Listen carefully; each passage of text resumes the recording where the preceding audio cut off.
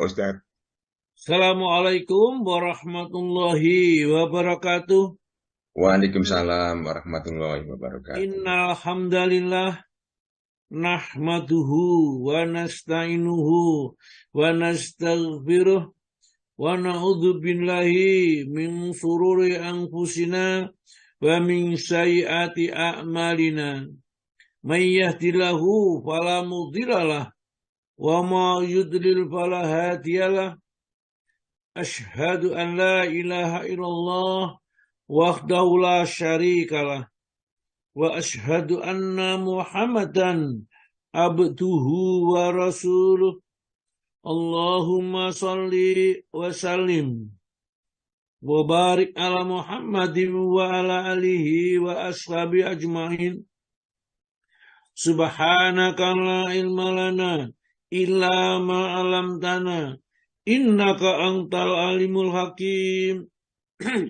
Allahumma aftah lana hikmataka wansur alaina rahmataka min khuzaini rahmatika ya arhamar rahimin.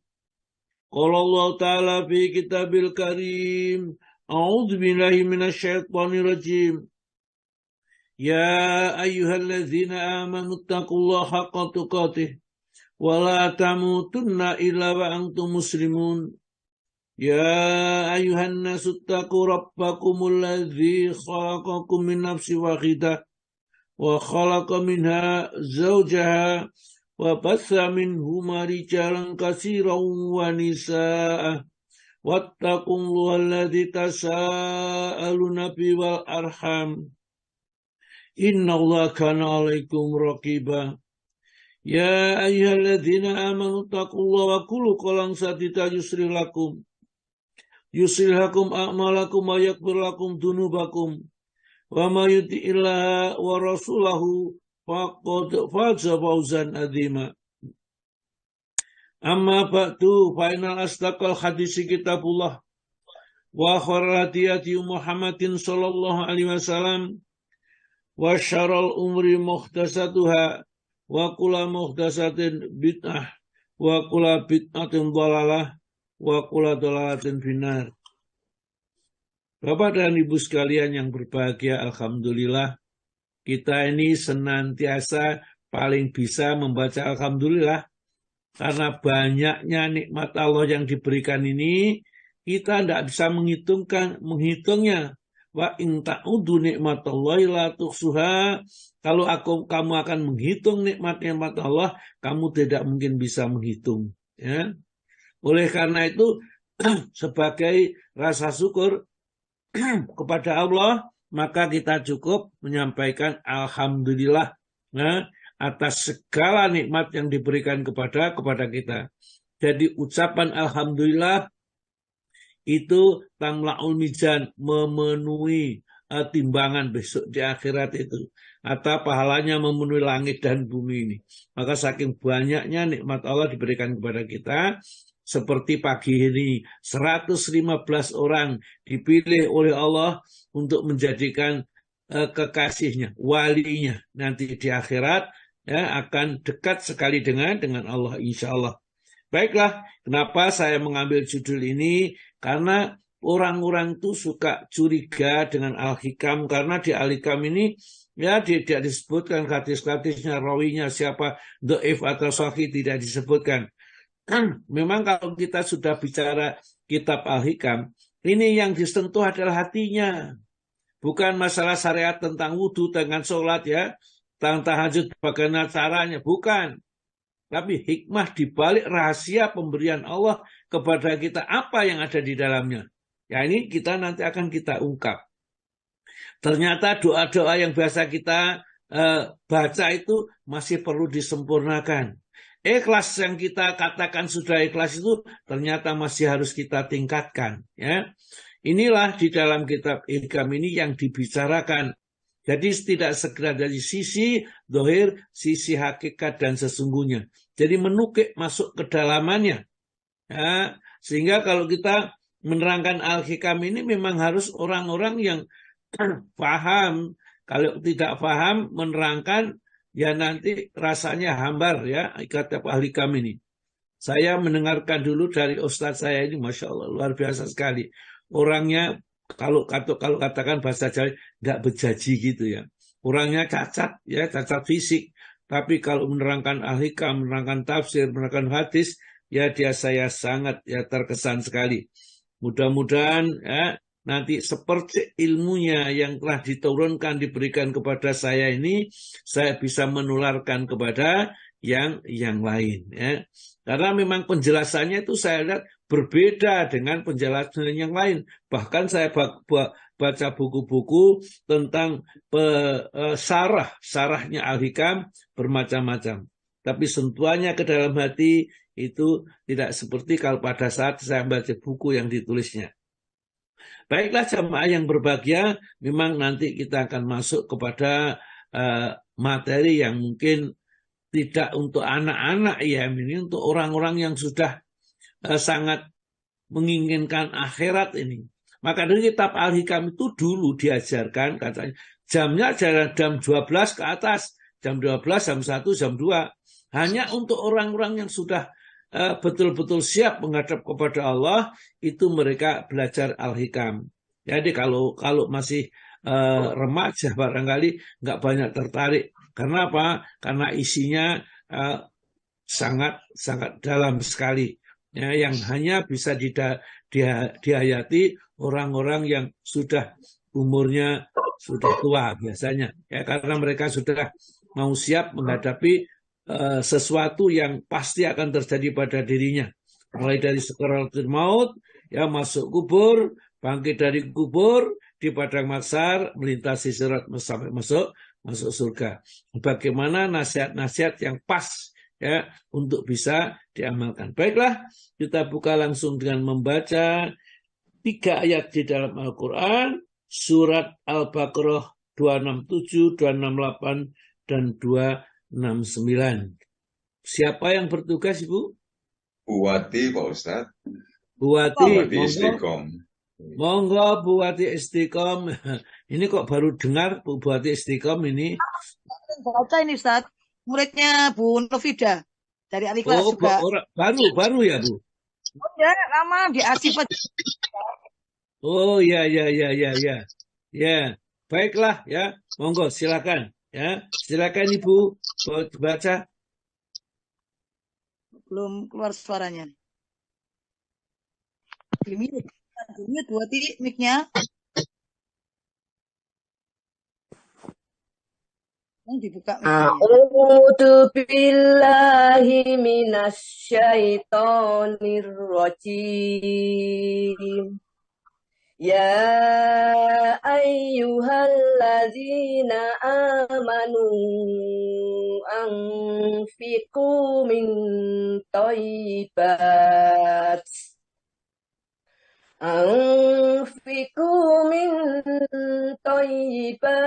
ma kasabtum wa mimma akhrajna lakum minal ard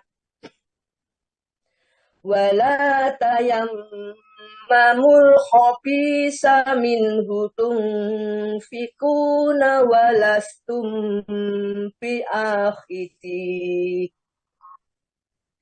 biakhitihi illa an tukmidu fihi wa'lamu annallaha ghaniyyun hamid. Asy-syaitanu ya'idukumul faqra wa ya'murukum bil faksha wallahu ya'idukum magfiratan minhu wa fadla wallahu wasi'un alim. Yu'til hikmata man yasha wa man yu'tal hikmata faqad utiya khairan katsiran wa ma yadhakkaru yatadzakkaru illa ulul albab. Terjemahan surat Al-Baqarah ayat 267 sampai 269. Wahai orang-orang yang beriman, infakkanlah sebagian hasil usahamu yang baik-baik dan sebagian dari apa yang kami keluarkan dari bumi untukmu.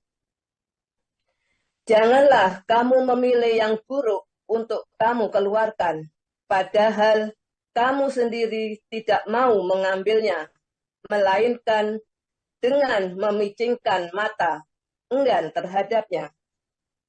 Dan ketahuilah bahwa Allah Maha Kaya, Maha Terpuji. Setan menjanjikan menakut-nakuti kemiskinan kepadamu dan menyuruh kamu berbuat keji, kikir. Sedangkan Allah menjanjikan ampunan dan karunia-Nya kepadamu. Dan Allah Maha Luas, Maha Mengetahui. Dia memberikan hikmah kepada siapa yang Dia kehendaki. Barang siapa diberi hikmah, sesungguhnya dia telah diberi kebaikan yang banyak. Dan tidak ada yang dapat mengambil pelajaran kecuali orang-orang yang mempunyai akal sehat.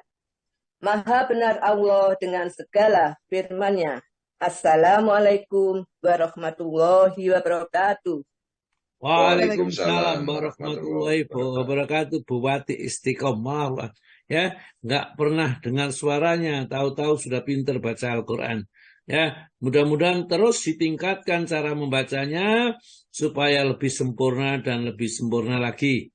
Ya, kata Ustaz Baib, baca Al-Quran itu adalah masalah-masalah ibadah lidah lisan, ya. Jadi kita mata dan lisan itu harus sinkron gitu membacanya. Jangan sampai tidak sinkron. Baiklah, alhamdulillah, terima kasih sekali. Sedikit kita bahas ini karena kita memang tujuan belajar ini belajar Al-Quran yang penting itu, ya. Sedangkan selain Al-Quran, yaitu sebagai tambahan. Kalau itu sebagai penjelasan Al-Quran, maka kita ambil. Kalau itu adalah di luar, hanya pemikiran, pemikiran manusia dan lain-lainnya, maka kita tepis, ya, kita tepis. Baiklah, ya. Jadi Allah mengingatkan kepada orang yang beriman, ya ayyuhalladzina amanu anfiku min thayyibatim ma kasabtum. Wahai orang-orang yang beriman, anfiku, belanjakanlah harta kalian, ya. Min thayyibatin, dari yang baik-baik, maka kasabtum, dari apa yang kamu usahakan. Jadi kalau kita hasil usahanya itu baik, halal, dan apa bendanya itu, materinya itu juga halal, maka disuruh oleh Allah Ta'ala berbagi dengan yang anfaqtum, ya, min thayyibatin maka kasabtum wa mimma akhrajna, dan apa-apa dari yang kami keluarkan, ya, minal arti, dari bumi, yang hasil tambang, emas, ya, kemudian perak dan lain-lainnya, besi dan semua. Dari itu disuruh kita, kalau kita mempunyai hasil, untuk diinfakkan. Dan wala tayamamu, dan jangan kamu pilihkan al-khabisa, yang buruk. Jadi misalnya kalau kita mau sedekah baju, mau sedekah makanan, bajunya harus layak pakai paling tidak. Meskipun mungkin sudah tidak kita pakai, tidak masalah. Tapi jangan sampai sudah tidak layak pakai, kita kasihkan orang lain. Demikian juga makanan. Kalau makanan itu kita masih mau, ya, memakannya, maka boleh kita berikan kepada orang lain. Jangan sampai makanan sudah expired, ya, sudah kadaluarsa, diberikan kepada tangganya, mentang-mentang tangganya itu miskin, ya, itu meskipun sekedar, ya, supaya, ya, dikasihkan itu, ya, lebih baik tidak. Hanya barangkali saya mempunyai itu nasi tapi sudah kadaluarsa, barangkali kalau mau dijadikan karak, ya, saya nggak sempat menjemur. Nah, ditawari kalau memang mau, monggo. Kalau enggak ya, kita kasihkan ayam atau apa saja, ya seperti itu. Wala tayammamu, dan janganlah kalau kamu milih al-khabisa yang buruk minhu darinya tunfikuna, ya, baru kamu nafkahkan, kamu infakkan, kamu sedekahkan kepada saudaramu itu, walastum, padahal kamu itu tidaklah mau biakhidi, mengambilnya sendiri, ila antuk midhufi, kecuali dengan memicingkan mata. Jadi kita sendiri tidak mau benda itu. Allah Ta'ala menggambarkan dengan memejamkan mata sebelah, memicingkan mata. Karena apa? Karena memang nggak layak itu diberikan kepada orang ini. Kemudian di ujungnya perhatikan ini, wa'lamu, ketahuilah, anallah, sesungguhnya Allah ghaniyun, maha kaya, hamidun, maha terpuji. Kalau Allah Ta'ala itu maha kaya, kalau memberikan itu tidaklah kita dipilihkan yang buruk-buruk, sang paling baik. Coba kita diberikan rezeki yang paling baik, makanan yang paling baik. Laqad khalaqnal insana fi ahsani taqwim. Jadi sebaik-baiknya, diciptakan sebaik-baiknya, rezekinya sebaik-baiknya oleh Allah Subhanahu wa Ta'ala. Maka kita juga begitu, berbuat baik kepada orang lain. Jangan sampai yang buruk kita berikan, sedang yang baik kita simpan terus, ya meskipun tidak ada manfaatnya. Nah, innallaha, sesungguhnya Allah ghaniyun, maha kaya, hamidun, maha terpuji. Nah, sekarang Allah menjelaskan apa yang menyebabkan kita itu rodok bakhil gitu, ya. Yang jelek yang dipilihkan untuk orang lain, yang masih bagus, ya, tidak pernah kita berpikir berbagi yang lain. Kalau kita punya mukena, rukuh misalnya itu, yang sudah nggak layak gitu, sini untuk masjid saya, untuk infak katanya, ya. Ini untuk masjid rukuh itu yang sudah mungkin nggak layak pakai, ya, atau mungkin bisa dipakai tapi agak bau begitu dan lain sebagainya. Mestinya kalau mau naruh di masjid, ya, itu supaya dapat pahala, kalau dipakai orang dibersihkan, dikasih minyak wangi, ya, baru nanti ditaruh di masjid sehingga orang yang memakai itu merasa senang, ya. Ini tidak seperti itu. Ya, penyebabnya siapa? Asyaiton, ternyata. Asyaitonu yaidukumul faqra. Setan itu senantiasa menakut-nakuti kamu kemiskinan. Jadi kalau kita mau infak, mau sedekah, mau berbuat baik, setannya bilang jangan, ya, jangan itu, yang jelek itu aja, berikan orang lain. Ya, kalau bawa makanan, jangan setiap hari bikin makanan, bawa jangan setiap hari, besok aja. Nanti kalau setiap hari, orang-orang bosan nanti. Alasannya begitu, setan memberi masukan kepada kita. Dan kelihatannya masuk alasan setan ini. Kalau kita mau memberikan, setan bilang, jangan, mosok kamu gak buat kewajiban. Ya, jangan setiap bulan, ya, kamu kasih orang ini, atau kasih setiap hari, atau mungkin setiap minggu. Kenapa? Bukan kewajibanmu itu. Ya, bukan kewajibanmu. Setan, asyaitanu, setan itu yaidukumul faqra, menakut-nakuti kemiskinan, wa ya'murukum, dan memerintahkan kepada kalian bil faksai, dengan perbuatan keji atau berbuat kikir.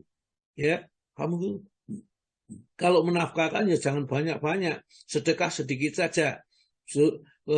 Jumlah berkah itu kamu tuh 30 bungkus, banyak itu. 10 bungkus saja sudah bagus. 5 bungkus itu tetangga tidak apa-apa.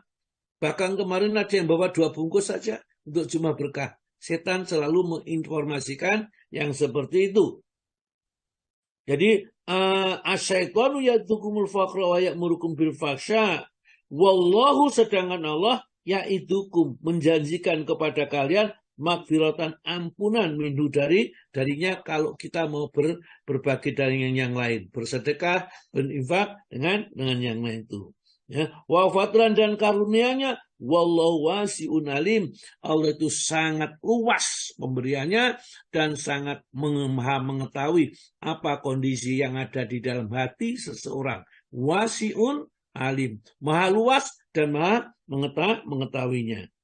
Nah, setelah Allah Ta'ala menjelaskan kepada kita Orang yang mau berbuat kebaikan seperti di atas itu hanya orang yang memahami Al-Quran dan As-Sunnah dengan baik. Maka disebutkan oleh Allah, yu'til hikmata mayyasha. Allah akan memberikan al-hikmah, ya, mayyasha, kepada siapa saja yang dikehendaki. Apa al-hikmah itu? Al-hikmah itu kefahaman Al-Quran dan As-Sunnah. Itu faham. Maka kalau orang itu faham dengan Al-Quran, As-Sunnah, tidak mungkinlah bakhil, tidak mungkin berbuat keji, ya, tidak mungkin menyakiti orang lain. Ya. Yu'til hikmata mayyasha. Allah memberikan ilmu hikmah itu kepada siapa saja yang dikehendaki. Wa ma yu'tal hikmata, barang siapa oleh Allah sudah diberi al-hikmah, pemahaman yang benar tentang Al-Quran dan As-Sunnah ini, faqad, maka sungguh utiya khairan katsiran, mereka itu sudah diberikan oleh Allah dengan pemberian yang sangat besar. Jadi siapa yang mengerti, memahami Al-Quran dengan baik dan benar, maka dia itulah hakikatnya yang sudah diberikan utiya khairan katsiran, kebaikan yang banyak sekali. Kenapa? Mencakup kebaikan dunia dan akhirat. Wa asbagha ni'amahu dhahiran wa batinan. Maka Allah telah memberikan nikmat kepadanya, dhahiran yang nampak, wa batinan yang tidak nampak, disempurnakan oleh Allah Subhanahu wa taala. Wa ma yadzakaru, dan tidaklah dapat mengambil pelajaran ila ulul albab, dari orang-orang yang berakal, yang bisa memanggil. Karena Al-Quran itu memang diturunkan untuk orang yang bisa berpikir. Ini sekedar ayat-ayat Al-Quran yang kita baca. Baik, mari kita teruskan untuk mengambil hikmah ayat Al-Hikam ini. Namun sedikit kita lanjutkan dulu. Buat tadi yang dibaca ini, kita bacakan. Dan janganlah berkata ghibah atau namimah, atau menyebut kejelekan orang lain, mengadu domba di antara seorang dengan orang lain. Ini sebagai muslim dilarang keras. Ghibah. Ghibah itu membicarakan orang, kalau seandainya terdengar orang itu nggak senang, itu sudah ghibah namanya. Ya, hati-hati, ghibah itu berarti menyerahkan pahala kita yang sudah kita peroleh dengan jerih payah, sholat malam, ya, baca Quran, sudah kita berikan. Ada satu riwayat yang menerangkan seseorang itu rajin sekali sholat malam. Maka suatu saat dia bangun tapi tidur kembali, nggak sholat malam. Ditanya oleh istrinya, Pak, kenapa hari ini kok dengaran tidak sholat tahajud seperti biasa-biasanya? Kok tidur terus sampai pagi, kenapa? Loh, saya dengar orang sebelah, tetangga sebelah itu sholat tahajudnya sergap. Ya, puasa siang harinya sergap. Tapi menggibah saya digibah ini, saya sudah dikasih pahalanya. Jadi saya tidak usah capek-capek mencari atau mendapatkan pahala, sudah diberikan darinya. Itu salah satu orang-orang yang sudah paham bahwa gibah itu berarti menyerahkan pahalanya kepada orang yang kita gibah. Ya. Namimah itu adu domba. Ya. Adu domba antara seseorang dan orang lain itu dosa besar juga. Hati-hati, jangan sampai jadi tumbak cucuan. Ya, orang Jawa mengatakan tumbak cucuan itu suka adu-adu. Ya, ngelicipi parang papak itu katanya ya. Jadi membuat sesuatu yang biasanya tidak itu menjadi berbahaya bagi orang lain. Jadi dan janganlah membalas mengganggu kepada orang yang mengganggumu. Ini penting. Ternyata Nabi ini sudah diambil dari sabda Nabi. Salah satu ciri penghuni surga itu, yang pertama, memberi kepada orang yang bakhil, memaafkan kesalahan orang yang salah kepada kita, dan senantiasa menolong kepada orang lain. Ini disebutkan, dan jangan membalas mengganggu pada orang yang mengganggumu. Ya. Dan janganlah kamu bakhil terhadap orang yang bakhil kepadamu. Justru orang yang bakhil itu sering kamu berikan.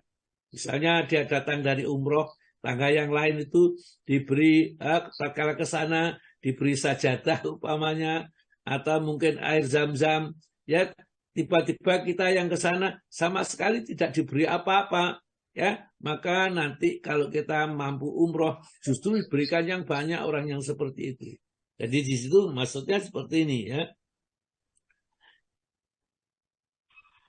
Kemudian dan berlaku baiklah kepada orang yang jahat kepadamu. Nah ini ya, ajaran-ajarannya sebenarnya kalau kita praktekkan tetap berbuat baik kepada orang jahat kepada kita. Umumnya manusia yang normal itu ada orang baik ya dibaiki, jahat dijahati sudah. Ya, kalau dia mau baik saya baik, kalau dia jahat mau jahat. Sebenarnya yang benar adalah tetap berbuat baik kepada orang yang berbuat jahat. Karena Nabi kita mengatakan seandainya kamu membalas kejahatannya, maka kamu sama dengan mereka. Sama jahatnya sebenarnya. Maka kalau dia jahat kepada kita, tetap kita berbuat baik. Kita sapa, bahkan kalau kita bisa membeli misalnya buah-buahan, bawakan buah durian misalnya. Ya, yang durian yang menikmati itu belikan 150.000 itu misalnya, duriannya diberikan ya, dia akhirnya jadi baik sendiri ya. Dan sebaik-baik manusia akhlak budi pekertinya ialah yang sempurna imannya. Jadi orang itu akan baik budi pekertinya kalau imannya juga bagus, karena iman dengan budi pekerti itu selalu berkaitan. Rasulullah dikatakan oleh Allah Ta'ala, kata Nabi kita, innama bu'istu li utamima makarimal akhlak. Ya sesungguhnya aku diutus oleh Allah itu ya untuk menyempurnakan budi pekerti manusia. Yang jahat-jahat itu dicontohi oleh Nabi budi pekerti yang baik. Dan Allah sudah mengabadikan di dalam surat Al-Qalam ayat yang kelima ini barangkali 4, 5 ya. Innaka la'ala khuluqin azim, sesungguhnya engkau wahai Muhammad benar-benar mempunyai budi pekerti yang agung ya. Ini. Jadi dan sebaik-baik manusia budi pekertinya ialah yang sempurna imannya, dan siapa yang tidak berilmu maka tidak berharga di dunia dan akhirat ya.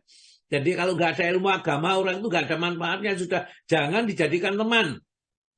Untuk apa? Kita teman itu saling mempengaruhi. Kalau teman kita baik, kita nanti lama-lama jadi baik. Kalau teman kita itu jahat, ya jadi jahat. Ya, orang yang tidak mengerti agama itu bukan orang baik. Ya, orang yang tidak mengerti agama dan tidak mau belajar agama itu adalah orang yang buruk. Ya, jangan kita berteman dengan orang seperti itu. Dan siapa yang tidak sabar, tidak berguna ilmunya. Lah ini. Oh, orang alim kok marah-marah, suka marah-marah, kemudian diusir ya. Orang lain itu ya mau datang ke dalam minta maaf aja diusir. Jadi, siapa yang tidak sabar, tidak berguna ilmunya. Jadi kita ngajar, tiba-tiba tidak ada yang mau mendengarkan, ya. Terus akhirnya kita mutung, tidak mau ngisi pengajian itu. Apa? Karena nggak ada yang mau mendengarkan. Ya. Maka dia akhirnya tidak ngaji di situ. Sudah. Dengarkan apa dengarkan, tidak dengarkan biarkan. Jangan ngarep-ngarep sangunya, jangan. Ya, udah kita datang ke masjid, ya, kita terangkan hal-hal yang mungkin diperlukan, kemudian mereka menghargai kita atau justru mencela kita, itu bukan urusan kita, ya.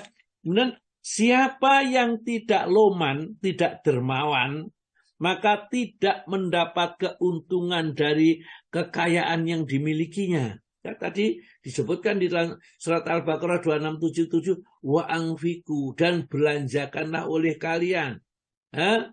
Jadi oleh karena itu kalau diberikan oleh Allah kekayaan jangan dinikmati sendiri.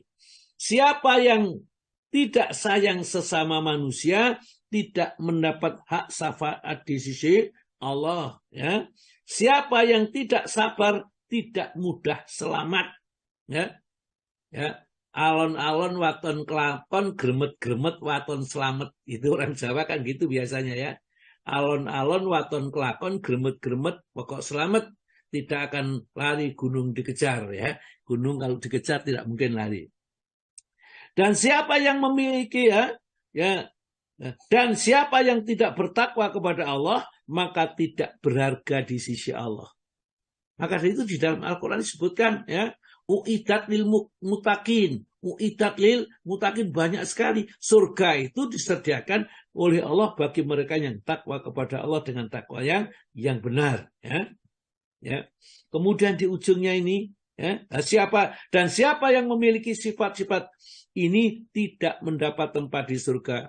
Jadi misalnya dia tidak sayang dan seterusnya disebutkan tadi, tidak ada tempat di surga.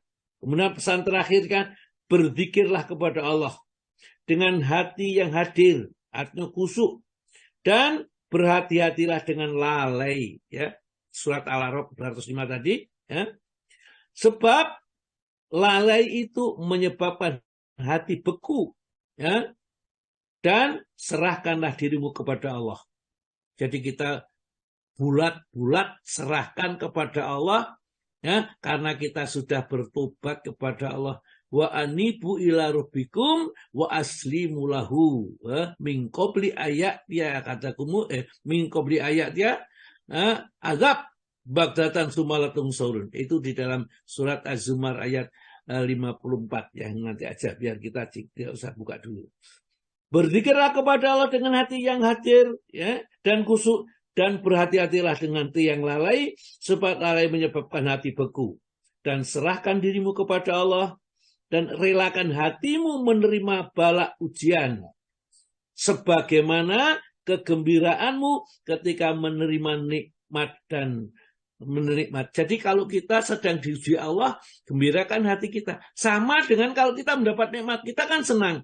Tetap juga ujian yang diberikan oleh Allah karena sayang pada kita. Maka di sini ajarannya disebutkan ini, ya, dan relakan hatimu menerima bala ujian dari Allah sebagaimana kegembiraanmu ketika menerima nikmat, dan kalahkan hawa nafsumu dengan meninggalkan syahwat. Inilah nasihat-nasihat yang diberikan oleh Ibnu Athaillah kepada kita supaya kita jadi orang baik. Ini kita tidak mengerti. Ya, nasihat seperti ini dianggap nasihat yang sudah kedaluwarsa, ya, sudah tidak ada manfaatnya. Maka kita ungkap di sini semua semoga di antara kita mengerti. Nah, akhirnya bahwa hidup ini harus bersandar bergantung hanya kepada Allah, tidak boleh bergantung kepada selain Allah, termasuk amal kita sendiri. Kalau kita tadi sudah dilarang syirik kepada berhala, kepada mendatangi dukun, dan yang lain-lain, maka kita juga dilarang syirik mempersekutukan Allah dengan diri kita sendiri. Ya, bagaimana bentuknya? Mari kita lihat khidmat yang pertama dulu di dalam kitab Al-Hikam ini. Khidmat yang pertama di dalam kitab Al-Hikam, ya, Ibnu Athaillah menasihati kita. Wong isinya nasihat. Maka kita terima ini nasihat, ya. Tapi ingat, apakah nasihatnya bertentangan dengan Al-Quran atau tidak? Ya, monggo kita pahami dengan pemahaman yang benar. Min alamatil iktimadi alal amal, ya, nuqsanur rajai ingdal wujudil jalali. Monggo dibaca Bu Wati terjemahannya aja. Ya, bismillahirrahmanirrahim. Setengah dari tanda bahwa seorang itu bersandar diri pada kekuatan amal usahanya, yaitu berkurangnya pengharapan terhadap rahmat karunia Allah ketika terjadi padanya suatu kesalahan atau dosa. Ya, jadi kita itu bersandar mesti Allah. Tapi ternyata kita omongan saja yang kita bersandar kepada Allah, kenyataannya tidak. Kalau kita ingin mengetahui apakah kita itu sudah bersandar kepada Allah, apakah masih ada selain Allah yang kita jadikan sandaran, maka perhatikan di sini. Min alamatil iktimadi, satu tanda bahwa engkau masih bersandar kepada amal usahamu, ya, ala amal nuqsanur rajai, berkurangan harapan kepada Allah, ingda wujudil jalal, tatkala terjadinya ketergelincirnya. Misalnya gini, orang sholat duha, ya, terus rajin, ya, supaya apa, rezekinya banyak, ya, sehingga dia menganggap bahwa sholat duha itulah yang sebenarnya menyebabkan dia kecukupan. Baca surat Al-Ikhlas setiap malam, ya, Dia menginginkan supaya rezekinya tidak putus-putusnya, ya, diberikan oleh Allah. Nah, mestinya sholat duha dan membaca Al-Quran itu semata-mata karena Allah. Tentang rezeki yang diberikan oleh Allah itu, ya sudah pasti akan diberikan pada orang yang memang berhak menerimanya. Namun tiba-tiba orang ini, ya, tatkala ketinggalan musim sakit gak bisa sholat duha, ya, dia mengatakan, wah, awal-awal ini ya, rezekinya mampet lagi. Kenapa? Gak bisa sholat duha, ini istiqomah, ya, gak bisa istiqomah lagi. Maka tentu, ya, saya itu akan tidak lagi mendapat rezeki seperti biasanya. Demikian juga yang membaca surat Al-Waqiah karena sibuk gak bisa membaca surat Al-Waqiah, kemudian dia bersandar, ya, mengatakan bahwa mereka akan tidak diperhatikan Allah lagi. Maka orang-orang yang seperti itu masih bersandar kepada amal. Dan itu tidak benar. Jadi zikir kita, puasa kita, ya, ibadah kita, sholat kita, dan lain-lainnya itu sudah kita katakan lillah tadi. Semata-mata karena Allah, menurut perintah Allah, karena cintanya kepada Allah, bukan karena mengharap kepada harapan selain Allah. Maka kalau kita itu mengerjakan itu bukan karena Allah, jadi ingin mengharapkan surga, ingin jauh dari neraka dengan amalan itu, maka kita belum bersandar kepada Allah, masih bersandar kepada amalnya, dan itu belum merupakan seorang yang benar-benar, ya, beriman, bertauhid kepada Allah. Maka terlanjutkan, Bu, kalimat la ilaha illallah, monggo, Bu. Kalimat la ilaha illallah, tidak ada Tuhan berarti tidak ada tempat bersandar atau berlindung, berharap kecuali Allah. Tidak ada yang menghidupkan dan mematikan. Tiada yang memberi dan yang menolak melainkan Allah. Ya, kita harus sadar bahwa tidak ada yang memberi, tidak ada yang menolak, tidak ada yang bisa menyelamatkan. Ya, semua itu dari Allah. Tatkala kita sakit, ya, tatkala kita sehat, semua itu adalah datang dari Allah, dan itu pemberian Allah, dan tidak ada yang bisa memberi seperti pemberiannya Allah. Kalau kita masih menganggap ada dokter, ada dukun, ada pil, ada apa saja yang bisa menyebabkan kita itu selamat atau kita itu berbahagia dan lainnya, maka kita belum bersandar kepada Allah. La ilaha illallah, tidak ada Tuhan kecuali Allah, berarti tidak ada tempat bersandar, tidak ada tempat berlindung, tidak ada tempat berharap kecuali Allah, dan tidak ada yang menghidupkan serta mematikan, ya, memberi dan menolaknya kecuali Allah. Jadi semua harapannya, semua, ya, perhatiannya hanya kepada Allah. Coba kita bisa atau belum itu. Jadi tadi diterangkan oleh Ustadz Abu Faras tadi seperti itu. Nah, bersandarnya hanya murni kepada Allah, tidak boleh terkotori selain Allah. Kalau kita masih merasa kita mampu mengerjakannya, ya, kita mampu, kita tidak usah minta bantuan siapapun, kita sudah, ya, kita kerjakan, ya, kita harus percaya diri, itu masih syirik, ya. Karena kita sudah melupakan Allah yang memberi kekuatan, melupakan Allah yang memberi rezeki, melupakan Allah yang memberikan kepastian kepada kita. Kita bersandar tidak kepada Allah. Terus, Bu. Dohirnya syariat menyuruh kita berusaha beramal, sedang hakikat syariah melarang kita menyandarkan diri pada amal usaha itu, supaya tetap bersandar pada karunia rahmat Allah. Jadi dohirnya syariat itu kita susah, ya, kita disuruh puasa, disuruh sholat, disuruh sedekah, ya, disuruh baca surat Al-Waqiah misalnya, sholat duha dan lain-lainnya itu secara syariat benar. Itu kita lakukan, itu perintah, ya. Tapi hakikatnya tatkala kita sudah selesai itu, kita bersandar hanya kepada Allah, bersandar kepada kurnia dan rahmatnya Allah. Karena tidak ada yang bisa menerima, ya, kecuali Allah. Seandainya kita minta pahala surga dengan sholat kita, maka ini tidak cukuplah sholat kita untuk membeli surga. Jangankan sholat kita, seluruh ibadah kita tidak cukup untuk ditukarkan dengan surganya Allah, ya.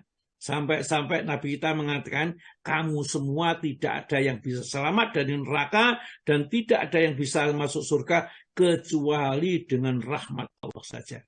Itulah rahmat Allah yang besar sekali, ya, bahwa memang demikian kondisi dan keadaannya kita ini. Terus Bu, baca lagi.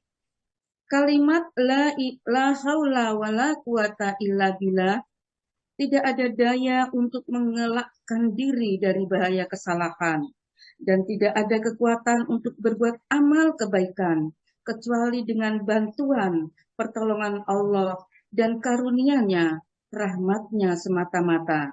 Masya Allah. Ya, coba rasakan. Jadi kalimat itu dirasakan, ya, la haula wala quwata illa billah itu artinya tidak ada daya untuk mengelakkan diri dari bahaya kesalahan, ya. Bahaya apapun tidak bisa kita mengelakkan, dan tidak ada pula, ya, kekuatan yang untuk berbuat amal kebaikan kecuali dengan bantuan dan pertolongan Allah. Jadi kita rasakan semua yang kita bisa lakukan hanya semata-mata pertolongan Allah. Kalau kita sudah seperti itu, berarti kita sudah jadi manusia yang sudah, ya, bertauhid kepada Allah dengan tauhid yang sempurna. Ini langkahnya, langkah awal. Oleh karena itu firman Allah, "Qul bi fadlillahi wa bi rahmatihi fa bidzalika falyafrahu wa khairum mimma yajma'un." Monggo Bu, dibaca terjemahnya. Firman Allah, surat Yunus ayat 59. 58 Bu. 58. Salah itu. Oh, Injil Ustaz. Katakanlah, hanya karena merasakan kurnia rahmat Allah lah kamu boleh bergembira. Dan itulah yang lebih baik atau berguna bagi mereka daripada apa yang dapat mereka kumpulkan sendiri. Apa maksudnya, ya, kalimat atau ayat ini, ya? Kul, katakanlah atau rasakanlah dirimu. Bifadlillahi wa birahmati. Hanya dengan merasakan bahwa itu karunia dan rahmat Allah. Kita dijadikan orang mukmin, orang yakin yang percaya, yang bertauhid itu karena rahmat Allah, karena karunia dan rahmatnya Allah. Jadikan orang Islam itu, maka fabidzalika, perasaan seperti itu, merasakan itu rahmat dari Allah, ya, itu adalah sesuatu yang baik, maka fal yafrahu, hendaklah kamu bergembira kalau bisa merasakan itu datang dari Allah. Kita dijadikan orang beriman, ya, dijadikan orang, ya, orang muslim yang mukmin, yang muhsin lagi, ya, itu karunia dan rahmat Allah. Itu rasakan di dalam diri kita. Yang demikian itu huwa khairun, lebih baik, mimma yajma'un, dari harta kekayaan yang kita kumpulkan. Jadi perasaan tauhid yang luar biasa itu bersandar hanya kepada Allah, itu betul-betul menunjukkan satu karunia besar yang diberikan oleh Allah kepada hambanya. Sedang bersandar, monggo Bu. Sedang bersandar pada amal usaha itu berarti lupa pada kurnia rahmat Allah yang memberi taufik hidayah kepadanya, yang akhirnya terjadi ia ujub, sombong, merasa sempurna diri, sebagaimana yang telah terjadi pada iblis ketika diperintah bersujud kepada Adam. Ia berkata, aku lebih baik dari dia atau Adam. Juga telah terjadi pada Korun. Ia berkata, sesungguhnya aku mendapat kekayaan ini karena ilmuku semata-mata. Ya, perhatikan. Kalau kita, kenapa kita dilarang bersandar kepada amal? Orang tuh kalau bersandar kepada amal nantinya sombong, ujub, merasa diri besar karena bisa beramal. Lupa bahwa amal yang bisa dilakukan itu adalah pertolongan dari Allah. Contohnya siapa? Iblis yang dari kalangan jin, ya. Iblis tatkala disuruh sujud kepada Nabi Adam tidak mau, sorry, ya Allah, ya. Kenapa? Ana khairum minhu, aku lebih baik daripada Adam. Aku sudah beribadah 80.000 tahun, dia baru diciptakan, ya. Aku sudah berkumpul malaikat orang yang baik, dia apa? Baru belum mempunyai amal sama sekali. Di samping itu bahan bakunya pun saya lebih baik. Ya, khalaqtani minnar, engkau ciptakan aku dari api, wa khalaqtahu, dan engkau ciptakan dia min tin, dari tanah. Apa kelebihan tanah? Tidak ada apa-apa. Api mesti lebih baik. Itu logika iblis. Ya. Karena apa? Merasa dirinya bisa seperti itu karena amalnya. Bukan karena karunia Allah menjadi sombong. Nah, manusia pun sama. Kalau manusia itu mengingat dirinya besar, itu sama dengan iblis. Iblis sumber kesombongan pertama kali yang menyebabkan dia dilaknat oleh Allah. Dan juga Qarun, tatkala diingatkan oleh Nabi Musa, wabtaghi fima ataqallahu daral akhirah wala tansa nasibaka minad dunya fa ahsin kama ahsanallahu ilaik. Ya, hendaklah wahai Qarun, dengan apa yang diberikan oleh Allah kepadamu itu, ya, carilah kampung akhirat, ya, carilah surga. Itu pemberian Allah, ya. Nah, non dunia jangan dilupakan. Jangan harta kekayaan untuk memuaskan hawa nafsu, mencari ketenaran, mencari kehebatan, jangan, ya. Maka tatkala diingatkan itu, apa jawabnya? Innama utituhu ala ilmin indi. Aku diberi kekayaan yang banyak itu, wahai Musa, bukan siapa, karena saya memang ahli, memang pintar, ya, ahli ekonomi lulusan Amerika misalnya, ya. Nah, inilah orang yang bersandar kepada amalnya, merasa dirinya besar, lupa dengan karunia Allah, akhirnya mereka menjadi sombong. Monggo diteruskan, Bu. Apabila kita dilarang menyekutukan Allah dengan berhala, batu, kayu, pohon, binatang, dan manusia, maka janganlah menyekutukan Allah dengan kekuatan diri sendiri. Seolah-olah merasa sudah cukup kuat dan dapat berdiri sendiri tanpa pertolongan Allah, tanpa rahmat taufik hidayah dan karunia Allah. Ya, inilah bahayanya. Ya, seperti setan, seperti Qarun, seperti mungkin orang-orang yang modelnya kayak gitu, ya, merasa dirinya mampu mengatasi dirinya sendiri, ya, masuk, ya padahal kalau dituturi tentang apa, sudah jangan urusan aku. Padahal kalau mati nggak bisa berangkat ke kubur sendiri, ya, minta tolong orang lain. Nah, itu aja yang paling gampang. Terus, Bu, sedangkan kita harus bertauladan pada Nabi Sulaiman alaihissalam ketika ia menerima nikmat karunia Allah, ketika mendapat istana Ratu Bilqis. Firman Allah, ini semata-mata dari karunia Tuhanku untuk menguji kepadaku. Apakah aku bersyukur, terima kasih, atau kufur, aku lupa pada Allah. Maka siapa yang bersyukur, maka syukur itu untuk dirinya. Dan siapa yang kufur, maka Tuhanku zat yang terkaya lagi pemurah, tidak berhajat sedikit pun dari makhluknya, bahkan makhluk yang berhajat kepadanya. Ya, jadi itulah kita harus meneladani, mengambil suri tauladan Nabi Sulaiman. Tatkala diberi oleh Allah nikmat kerajaan Ratu Balkis itu, dia hanya berdoa dengan beberapa kalimat didatangkan langsung antar benua. Nah, singgasana itu yang ya kursi yang besar, kebesaran gitu tentunya, ya, yang biasanya dipakai Ratu Balkis didatang di dalam sekejap mata. Padahal pada sebelumnya ditawarkan siapa yang bisa mendatangkan Ratu Balkis. Sekarang dia sedang berserah diri kepada Nabi Sulaiman, ya. Kata jin ifrit, saya bisa mendatangkan, ya. Ini sebelum jamaah kajian ini atau orang yang berkumpul ini berbuyar gitu, ya, maka ke singgasana sudah akan datang di sini. Kata Nabi Sulaiman, kelamaan nek kalau itu, ya yang lebih cepat siapa yang lebih cepat? Maka datanglah orang yang punya ilmu, yang ilmunya dari Allah. Nanti kalau kita baca di surat Az-Zumar, surat An-Naml ayat yang ke-39 dan kita lanjutkan 40 nanti, ya. Karena waktunya sudah dekat, tidak usah dibaca dulu, ya. Saya jelaskan aja. Begitu kerajaan atau singgasana Ratu Balkis sudah datang, sebelum Ratu Balkis datang ke kerajaan Nabi Sulaiman, maka Nabi Sulaiman apa katanya? Hadza min fadli Rabbi. Ini karunia Tuhanku, bisa berdoa dikabulkan oleh Allah, bisa mendatangkan kerajaan singgasana Ratu Balkis ini. Nah, tatkala dia mempunyai kekuatan itu, kata kata Nabi Sulaiman, Nabi Sulaiman mengatakan, hadza min fadli rabbi liyabluwani. Allah akan menguji aku, dia akan menguji aku, askuru, apakah aku bersyukur tatkala mendapat nikmat dan kemampuan seperti ini, am akfuru, atau saya mengingkarinya. Wa man syakara, barang siapalah bersyukur, fa inna ma yaskuru li nafsih, maka sesungguhnya syukur itu berguna pada dirinya sendiri.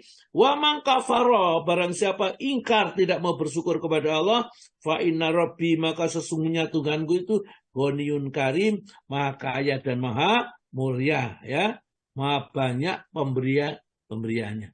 Baiklah, saya kira satu khidmat yang kita selesaikan, kita nanti akan berikutnya masuk khidmat-khidmat yang lain. Karena di dalam Al-Hikam ini mengajinya menghayati dengan hati, jadi tidak bisa sambil ngantuk-ngantuk, tidak bisa, atau sambil kurang konsentrasi, kita juga tidak bisa mengertinya secara tepat. Baiklah, saya kira sementara cukup. Monggo Pak